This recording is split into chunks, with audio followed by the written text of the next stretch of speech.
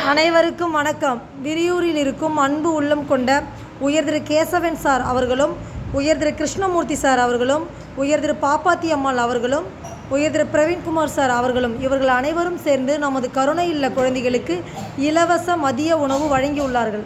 அவர்களுக்கும் அவர் குடும்பத்தில் உள்ள அனைவருக்கும் நாம் நன்றிகளை தெரிவித்துக் கொள்கிறோம். உயர் திரு கேசவன் சார் அவர்கள் இன்று போல் என்றும் மனம் நிறைந்த மகிழ்ச்சியோடும் நோய் நொடியின்றி இல்லாமல் உடல் ஆரோக்கியத்தோடும் 16 செல்வங்களையும் பெற்று பல்லாண்டு காலம் வாழ வேண்டும் என்று எல்லாம் வல்ல இறைவனிடம் மனதார வேண்டுகிறோம்.